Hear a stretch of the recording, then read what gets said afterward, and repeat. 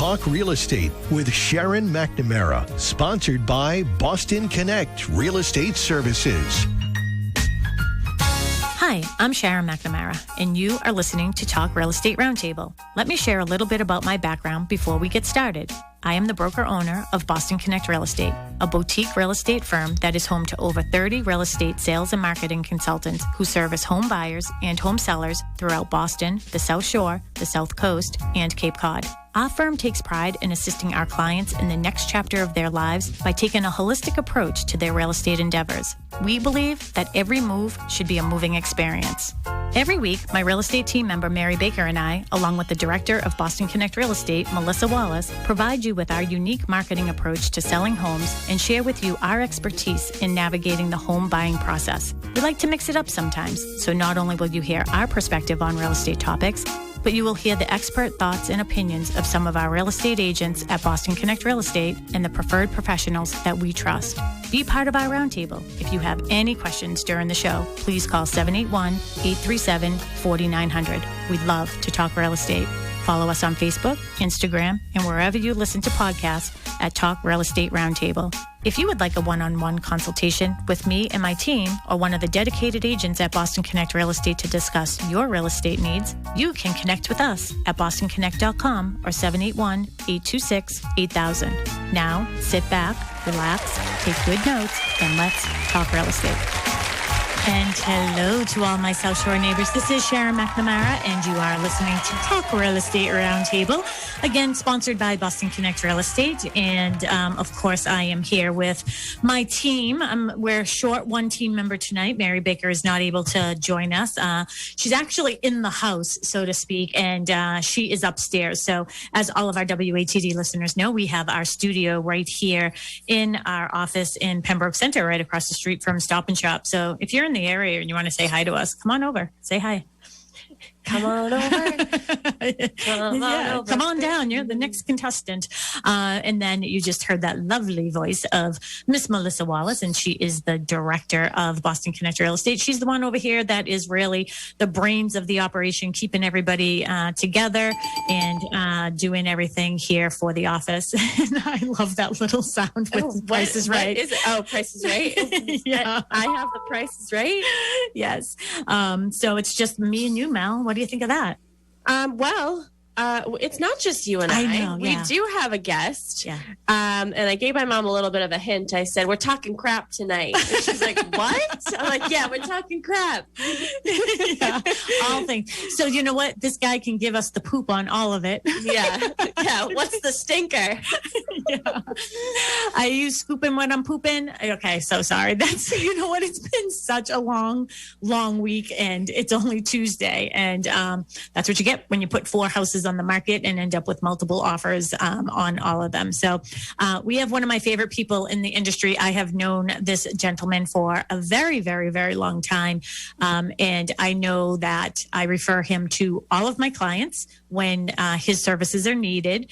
And when I personally needed his services, of course, he is the first person that I went to. And his name is Shayne McGlone. And he is, I know I call you a septic engineer, but like there must be a fancier term for that. Yeah, I'm actually a sanitarian, which means that I work on septic systems up to 2,000 gallons a day. And that's pretty much all I do. Mm-hmm. So when you went to school for that, really, like, did you have to, like, I want to be an engineer and I want to be a sanitarian? Or did it just like sort of happen to you that you sort of, stepped into the poop?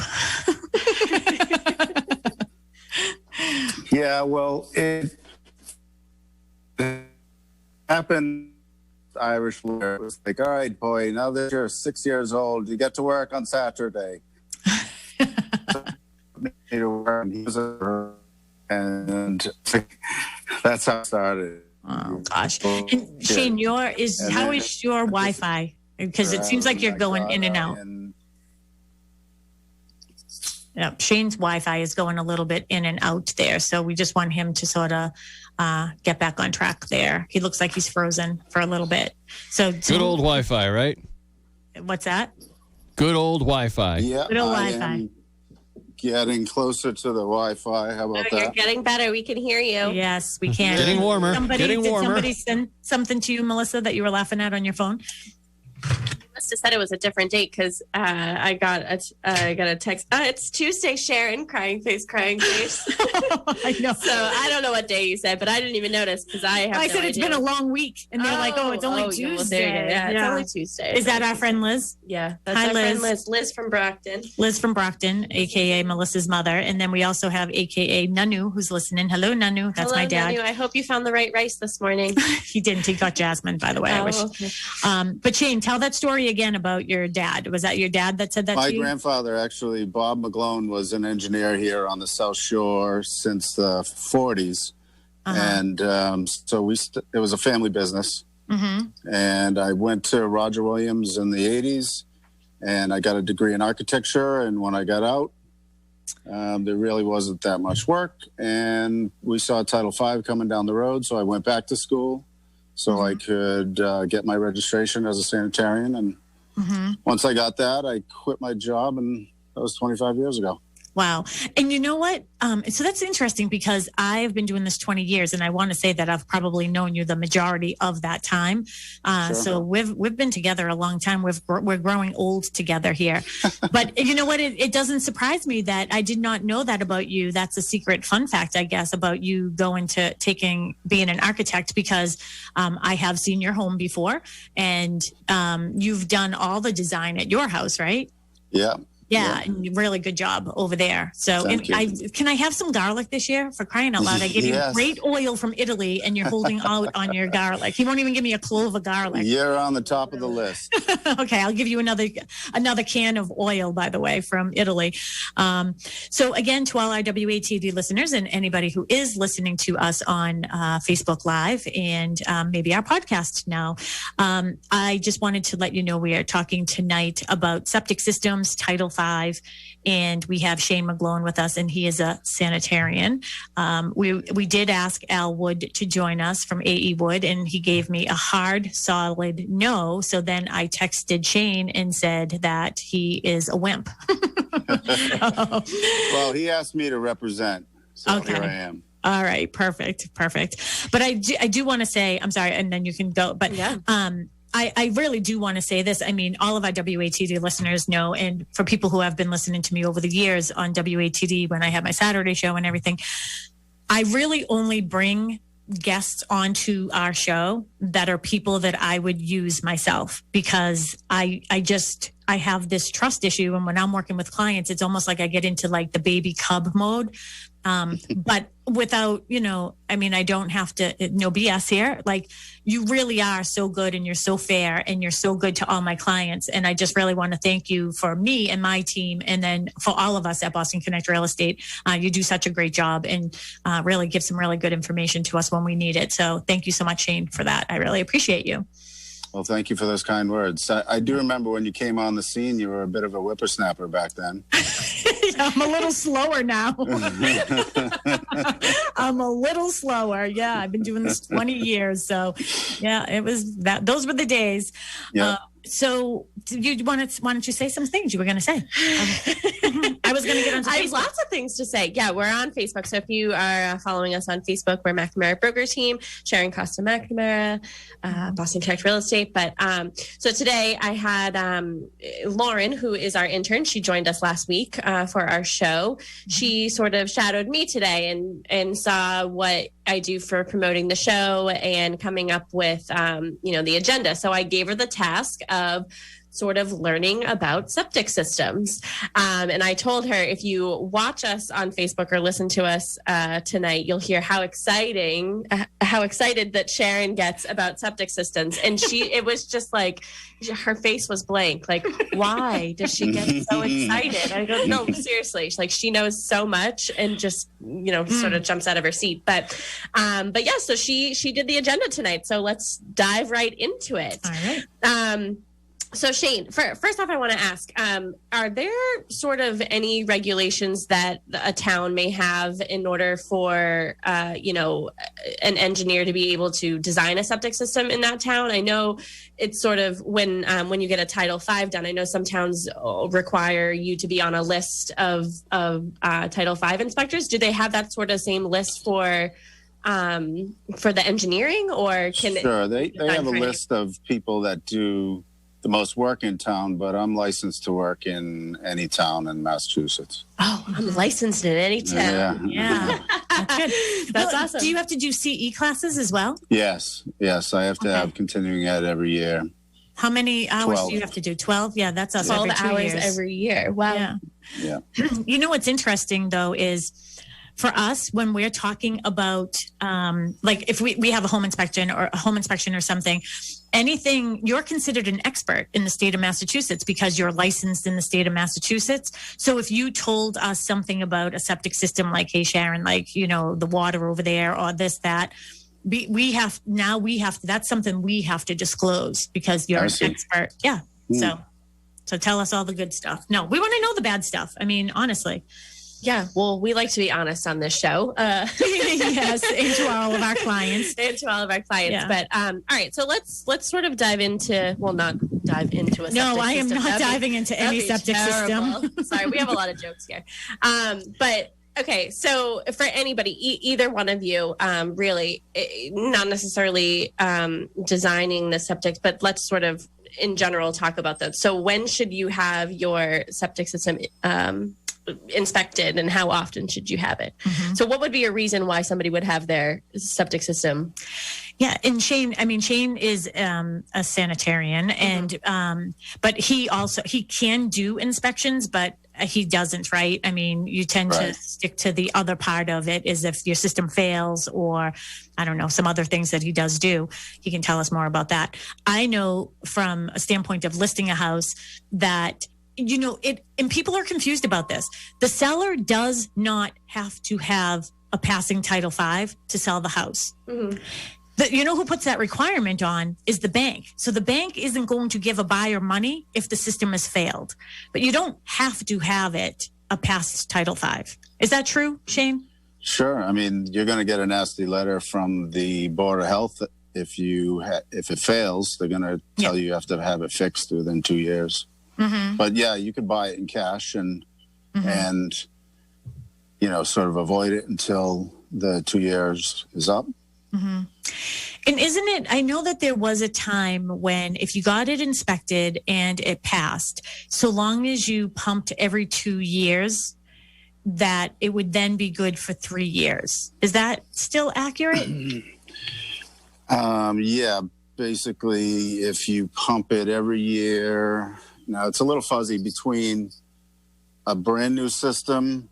I think you want to pump it between the second and third year, and the inspection is good. Okay. For a conventional Title V inspection, it may be every year. Like you said, I'm not doing a lot of inspections these days. Mm-hmm. Mm-hmm.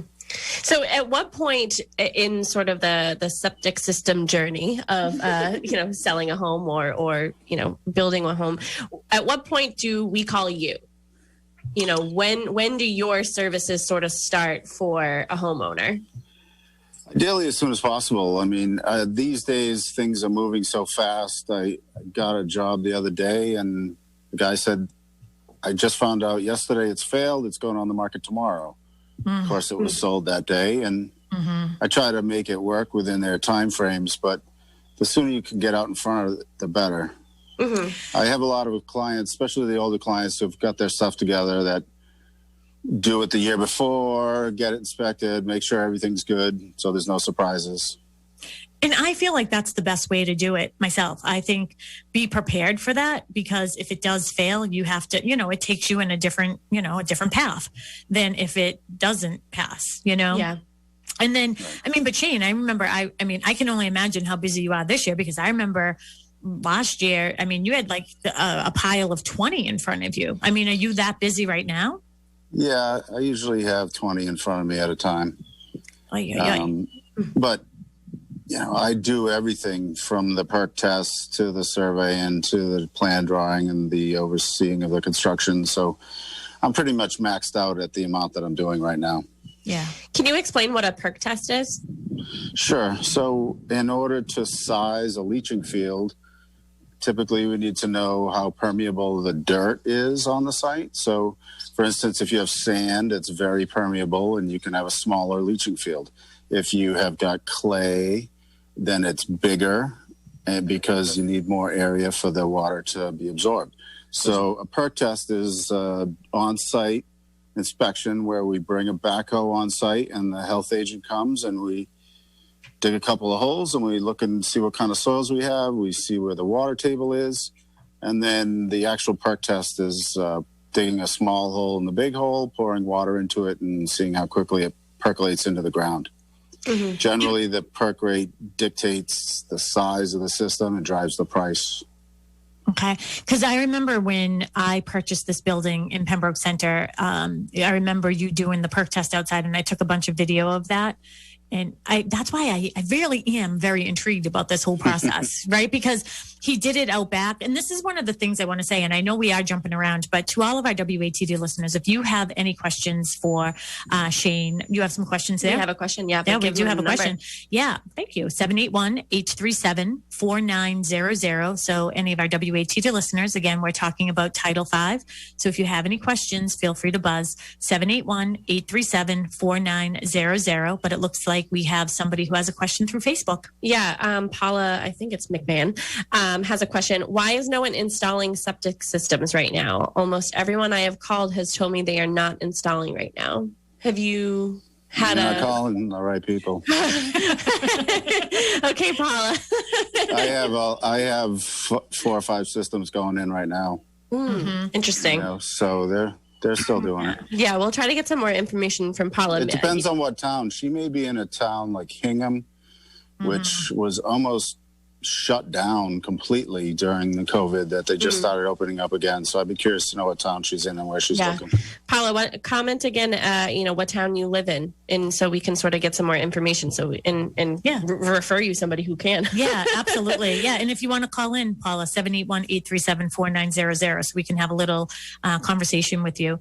But, that's the other thing too, is I just feel, I remember, I am all over the place, but it was several years ago. I want to say it was about 10 years ago. A client of mine, actually, it was Kathy Sincata. So they own Sincata Family Flooring, and grew up with my father. Yes, grew up with your dad. And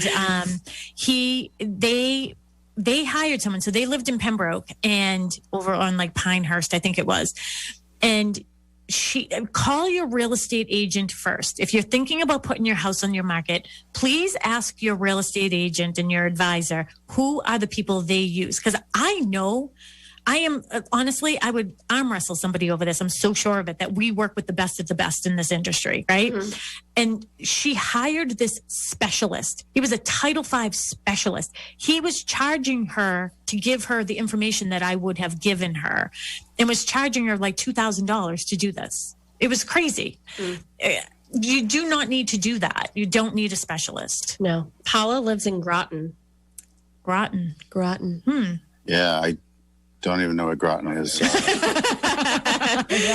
But possibly Groton might be. My advice would be to contact the local Board of Health office and ask the health agent what installers do the most work in town, and they'll tell you who the good people are without saying these are the good people. Yeah. And I think that a good, because I'm working with somebody right now that called me after they had actually they had already hired some specialists from Dorchester, because they know a lot about septic systems. But anyways, yeah, she did her research and everything, and she's happy with that. She wanted to hire somebody that doesn't also install, because she felt it was a conflict of interest, which is a fair thought that people could have. But, she said that, the guy said that he isn't he has to pay his permit fee or whatever at the town of Pembroke, and he hasn't done it yet because this is the first one he's done in Pembroke this year. So that to me would have been a red flag. Like, could I have the person who put in the permit first? Like, who is at the top of who's doing the most work? I think that's a good way to approach it. Right. Right.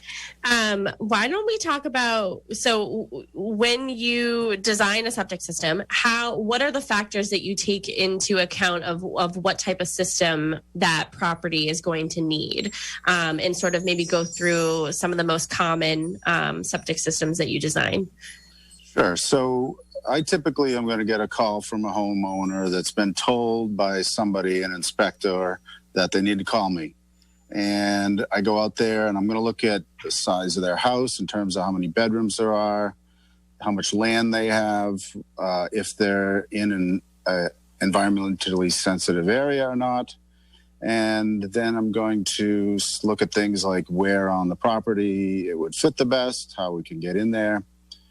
And for the most part, I just work in the same towns over and over. So I probably have got some pretty good knowledge about the soils in your neighborhood already. Mm-hmm. So it helps me figure out where I'm going to dig some holes.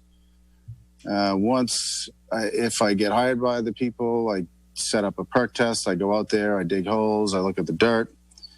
I do some measurements in order to figure out where the house is on the property and draw up a plan. Sometimes people want to increase the size of the leaching field. Sometimes they can, sometimes they can't because they don't meet the code completely. But there's a bunch of different factors in terms of what they have in mind and what their future plans are. So let me ask a question. How involved will you help the seller? If it's somebody who needs to get some type of like a variance because of size or conservation, is it something that you would go before the board with them? Do you do that? I mean, in general, that's most of what I'm doing is being the liaison between the town and the homeowners to try to get them the permits so they can do what they need to do. Mm-hmm. I stick with them from the beginning to the end. I usually guide them towards installers so I can make sure that it's done right. You know, I generally charge the same to everybody. So if I have to go back to a job 50 times because the installer doesn't know what he's doing, it's just a pain for me. So I try to get the best installers on my jobs. Mm-hmm. And I think I'll help them through the process from the beginning to the end, honestly. Because I don't know, what are your requirements of what you have to do, because I do know that you go back and you're making sure that the tank is in, you're making sure things are level, or because I know that I see you sometimes out there going and checking and making sure that things are done right. Is that a requirement of yours, or is it just something that you do? I mean, that's that's what any professional is going to do. Mm-hmm. That's essentially what we're being paid to do, is to make sure that it's done right. You know, the homeowner has put their trust in me to make sure that the system is designed and built according to the code, and I help them make sure that happens. One question I'd like you to answer for our listeners is, when it comes to how many bedrooms, what constitutes how many bedrooms? And I know you sort of gave an answer about the leaching field, but, size of tank, leaching field, all those things. And how many bathrooms can you put in a house? How does that work? Sure. So bathrooms does not affect the size of the septic system at all. It's only bedrooms. So there are two ways to count bedrooms. One is when you have a house that has got 8 rooms or less, you just count the rooms with the beds in it. That's pretty easy. Mm-hmm. And in general, you're going to be grandfathered to the amount of bedrooms that you have. When you have a larger house that has over 8 rooms, the room count is divided in half and you round down. So if you've got a 14-room house, that's going to be a 7-bedroom septic system automatically. Really? Yeah. So, and then there are circumstances when, especially in Pembroke, when you are in a small lot around the ponds, that you're not going to be adding bedrooms generally because you're in a zone 2 to a public water supply, or you're around the public water supply. Mm-hmm. So you can't meet the code completely. That's why it's so important to be grandfathered to the amount that you have. And that is one of the things I'm seeing too, is tight tanks around the ponds. And, we're talking about, you're bringing up Pembroke right now, but of course we all do all the South Shore. Is it the same requirements around the ocean as well? Or a lot of those, because I don't really hear that as much. Yeah, no, honestly. The ocean doesn't have the same setbacks as public water supplies. Public water supply, like Silver Lake, you would have to be 400 feet away with a leaching field. Mm-hmm. And the ocean is typically just, the 50 or 100 or whatever the local regulations require. Is that because it's always like circulating maybe or something? Yeah, and you're not drinking out of it. Yeah, I guess. Yeah. They're not drinking out of a regular pond. No one's drinking out of Furnace Pond, right? Or like Little Sandy? Sure. Really? Oh, yeah. I mean, it's going through the different treatment facilities, but yeah. Oh, that's interesting. Makes me not be thirsty right now, but yeah. So Poland Springs plug right there. Exactly. I love Poland Springs. There is a difference between all of the waters. I swear. They all taste different. Okay, so back to my question. So what are some of the most common septic systems that you're designing right now? Whether it be, I won't give them away. I have Sure. Okay, so in general, a septic system is comprised of a septic tank, which is just a box. Everything goes into the tank from the house. Mm-hmm. There's a filter on the outlet of the tank, and water goes off to a leaching field. So you can have plastic leaching fields that we're using a lot these days. You can have perforated pipe and stone. You could have concrete chambers. Each of these different configurations is pretty site-specific to maybe how much room you have or how much room over the water table you have. Mm-hmm. So, but we do have the go-to leaching fields that we've been using, the plastic or the infiltrator chambers. The last 15, 20 years, we've been doing a lot of those. Mm-hmm. They're easier to build. There's some evidence that they don't last quite as long, but they're easier to replace when you do have to. So, So are you the one who makes the final decision or who makes the final decision on, yes, this is exactly how it's going to be, and look, this type of system? You do? Yeah, you do it a few thousand times and you get the hang of it. This is your septic system, all right? Yeah. Take it or leave it. Well, and that's the thing too. I mean, there are just so many different considerations that he does put into play. I mean, I remember specifically one time on Edgewater Drive, there was a system there. They didn't take my advice and didn't get the septic taken care of beforehand to get it inspected.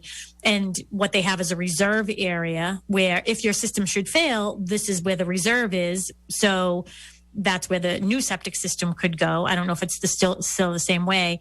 And I don't know if Shayne will remember this story, but my homeowner bumped into the potential buyer in the backyard where I was coming in the front. And he asked about putting a pool over in the corner, right where the reserve area was. And the homeowner was like, yeah, you can put a pool over there. No problem. The septic system's here. Well, the septic system failed. And Shayne came out. You were so good about that. That was earlier in my career, too. And I was trying not to be mesmerized by those green eyes of yours. I'm making him blush. Uh-huh. And he was so good with saying, well, you can't put it here, but you could put it here. You could put it there. Like, he came up with 3 other places these people could put the pool. But of course, none of those worked because it wasn't where they wanted it. Mm-hmm. So, if you have it's basically the size of the leaching field that matters, because the tanks are all 2,000 now? 1,500 gallon is a minimum size. 1,500, yeah. I'm thinking of a tight tank. That's up to 7 bedrooms. Over 7 bedrooms, it's larger. And then so just the leaching field increases with each bedroom? Yes. Right. Okay. So you need a pretty big backyard to have 7 bedrooms, no? It gets bigger. Yeah, I mean, it depends on how much land you have. A typical house lot of 1 acre or 40,000 feet, that's plenty of room in general, but we always tend to run out of room somehow or another. Mm-hmm. Well, so I'm trying to word this right. So your leaching field, what can't you do on it? What can you do on it? That's a good question. Like on top of it? Yeah, on top of it. Can you plant a garden on top of it? You could. I mean, it depends on how deep it is. In general, most of our systems are pretty shallow these days, so there's a foot or 2 or 3 feet of cover over it. Mm-hmm. If there's only a foot of cover over it, and you run a rototiller over the thing and you start ripping out pipes, that's a good indication you should stop. At what point do you know you should stop? When you start seeing the pipes. Right. You're there. Yeah. So But, what about a pool? No, you don't want to put an above ground. I had one last year where the guy had his above ground pool on top of it, and every year he would, release all of the hundreds of gallons of water right on top of the field, and it would flood the thing out. And his wife was wondering why the laundry didn't work for a couple of weeks, and and they kept doing it every year. Like you wouldn't think maybe I shouldn't release the water from that. I gave him a new system, and then his wife was like, I'm looking forward to when you guys are leaving because we're putting a new pool on top of it. And I explained to them why they couldn't do it. I explained to the husband why I couldn't do it, and he made me tell his wife. He was like, "You're going to have to tell her, and I'm not going to be here." I'm like, "That's nice." Well, here's the thing is, it makes sense to me because I also know, like I had a situation one time, and I think it was Al that had to go there, or maybe it was you with like a camera. Somebody had to go there with a camera. I think it was Al, and a truck, like after construction, the septic system was in the front yard, the leaching field was in the front yard, and some construction over the years, a big truck went over it, so it like sort of crushed it. Yeah. But it wasn't that it crushed the pipe so much that it put it off balance. And that made a huge difference for some reason or another, because I guess you need it in general. Heavy equipment should stay off of any of the leaching or the septic tank or the piping. Usually a good contractor, let's say he's a tree guy with a crane, the first thing they're going to ask you when they show up is, where is your septic system? Mm-hmm. Yeah. Because if they put a stabilizer down on top of a leaching pit and they get the thing way up in the air, and next thing you know, it collapses and somebody's going to get hurt. So yeah, it's not just for that was in the news reasons. A couple of years ago on my street. Yeah, that really happened. Yeah, we had a tree removed here from Newcomb came and removed a tree, and they had all these fun cranes and everything, but the guy came right in and wanted me to show him exactly where the septic system is. So I put on my hard hat and I went outside and I said, "It's right there." And back to that about finding the location. That's one of the things I appreciate. You didn't do it just because it was me, but you do it for all your clients. Is our system originally was behind, the building that's behind us, and it just wasn't going to work down there. But it was between you, Lisa Cullity, who's the Board of Health agent, and Al. All three of you were here, and I remember Shayne saying, "Well, you guys, why don't we just put it in the front yard? Why is no one even thinking of this? Mm-hmm. Put the put the leaching in the front yard, and then my tank is in the back, right? I think." Yes. Yeah, it is. Yeah. So, but mine, I think I had to do an upgrade, right? So we can park on it if we wanted to. Yeah, because the leaching field, you can park on it. Yeah. So that was going to be my next question. Are there things that we can do for a leaching field, or even where the septic system, the tank is actually installed? Are there things that you can do to it so you can put a heavy equipment? Sure. Yeah. You can go to heavy duty tanks. You can go to leaching chambers that are loaded for heavy duty. That's what we did at your place. Mm-hmm. It's generally a last case resort, because at some point in the future, they all fail and you're going to have to take out the leaching and replace it. And if it's under the asphalt, well, you're going to be repaving also. And you're already not happy about putting a new system in. Now you have to repave. Mm-hmm. So it's good to keep it out of these areas that are going to be, highly congested in the future.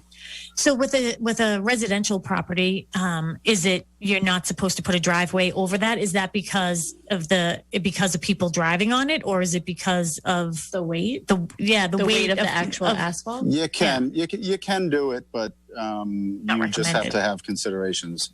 It wants to be vented. A lot of it is oxygen. So if you put asphalt over the top of the whole field, it's not going to breathe as well as if it's a foot below the grade and it's just regular dirt on top of it, grass. So you couldn't put a basketball court. Will go up. Can't put a basketball court on top of it, or you can? Yeah, sure. It's what's the worst thing that's going to happen? You can, but right. It's not recommended. Yeah. That's what I told the lady about the pool. Yeah, you can do that, but I'll be back. I'll see you soon. Yeah, so that's just like sort of like job security for you. Yeah, of course. Go ahead, put the pool up. I'll see you in 15. Yeah. I try to keep my visits spaced out a little bit more. Yeah. I'm sure people appreciate that. Yeah, absolutely. Oh, sorry. I cut you off. No, that's okay. I just wanted to talk about with the systems too, and I sort of lost my train of thought. Oh, the different types of systems. So, back, there was the cesspool, but now I'm seeing a lot of times. So when you're in a house, one of these older houses that's in the 60s, and they have a cesspool, and they're saying, well, it works perfectly fine. Why is it an automatic fail now? What is the consideration of all the Board of Health's making them a fail? Well, in general, a cesspool is just a hole in the ground, built with rocks. So there's a void and everything goes in there. The treatment doesn't happen the same way as in a septic system where there's a tank to separate things. Mm-hmm. So, and they have not been legal since 1966. So at that point, you've got a pretty old system. Yeah. Wow, I did not know that. So should we stop asking if it's an automatic fail? Should we just say, yeah, you can't have in certain towns, though. Successful. In Marshfield, I had to do some research recently. In Marshfield, it isn't an automatic fail unless something happens. I don't know. I asked. I called the agent today because I had a feeling you might ask me about Marshfield. Oh, okay. And cesspools are an auto fail in Marshfield.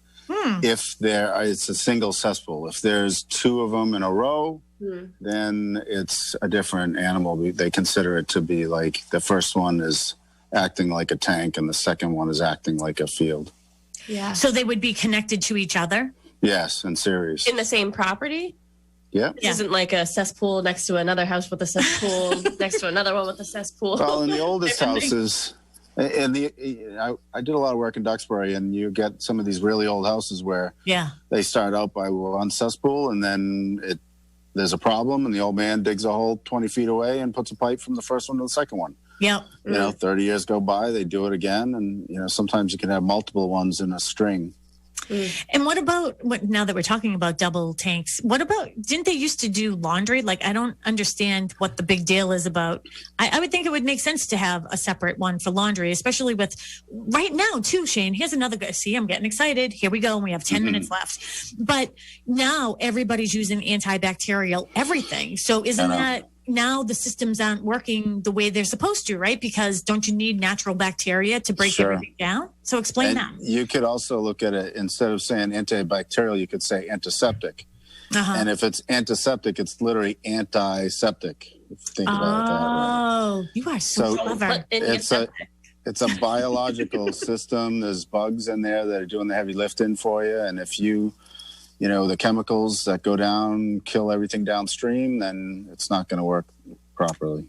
That is so interesting because I'll tell you, at the beginning of COVID last year, I bought Lysol antiseptic and I was washing all of our clothes in all of that.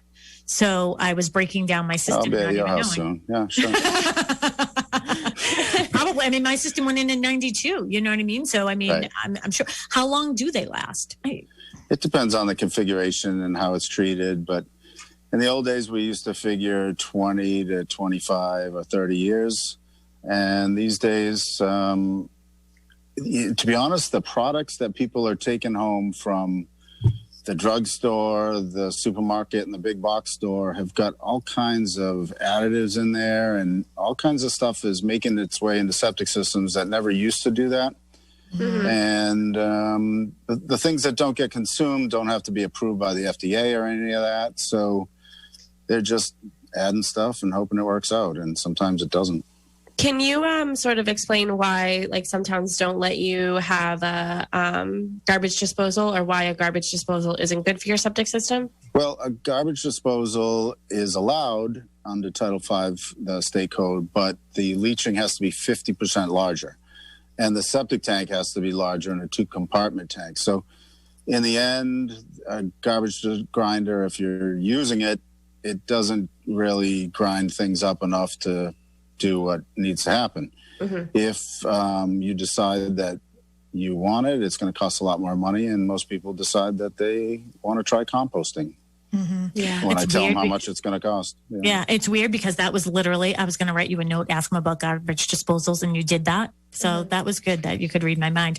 But you would have to have 2 tanks in there. Can you explain to people, though? I think it's interesting. Like I tried to explain to people what could happen with the system, whether it's new or not. But if somebody's putting cantaloupe grind down there, it's going into the system, and then some of it's bypassing and getting through into the leaching, into those pipes. And there's all holes in those pipes, right? So they're clogging the pipes. It's mostly the dirt. Grease. It's the dirt that gets clogged. Grease and basically anything that makes it past the tank can clog up the dirt or the interface between the soil and the leaching. That's where everything happens. So everybody knows that I'm married to a plumber, right? Yeah. So we grew up with a septic, my girls grew up with a septic system. So I have 2 they're not teenagers anymore. They're 26 and 25. But as they were growing up, there were certain things that we had to tell them that don't go down the toilet, right? So, and then we would make sure that their friends knew and all this other stuff. So my girls know this. So right now we're putting in new countertops and we put in a new sink. And I've been saying to Mark for the past few weeks, our drain just seems really slow for some reason in the kitchen. So yesterday he took out the drain in the sink. 2 straws are down my drain. So Casey and Mackenzie, if you're listening right now, you have some explaining to do. They were both home for Easter. Yeah, we know what not to put down the system. So they're shoving, but you must see that. You have to. People doing. Yeah, it's usually people that are from the city, honestly, that never have had they're not those kind of considerations. Yeah. And grease too, right? Grease is a major problem. If you pour it down the drain, obviously it's going to go right through the tank, eventually make it right to the leaching. Certain people have got more problems than others. It depends on how you live and what you eat and all that stuff. I know we're talking about sort of single family homes, but have you or do you design what is it called, a cluster or community system? Like maybe for I do condos? some, yeah. In Halifax, I do the Halifax condos, and as well as one of the mobile home parks. And it generally is a disaster, honestly. Once you get more than one family on one system, everybody assumes that no one's going to take care of it, and then no one does. Yeah. And then everyone is responsible for the cost once it needs to be replaced. Yeah. Well, it goes through the condo association, and then, all the systems failed. Yeah. Yeah. I've got one spot where I am putting multiple systems in the same buildings over and over, and the people just keep doing the same thing. Because they don't care, right? Yeah. So what about timeline? Let's talk about that. Again, you're listening to Talk Real Estate Roundtable here on WATD, and you're watching us live on Facebook under McNamara Broker Team or Sharon Costa McNamara. You can find us on Instagram as well. And we have Shayne McGlone with us, and he is a sanitarian, which is AKA septic engineer. So from start to finish, this is the big thing that I think people are surprised about. It's like, all right, my system failed. Okay, I'll just call an engineer. Okay, it's put in. Can you explain that process? And we have 4 minutes to do that.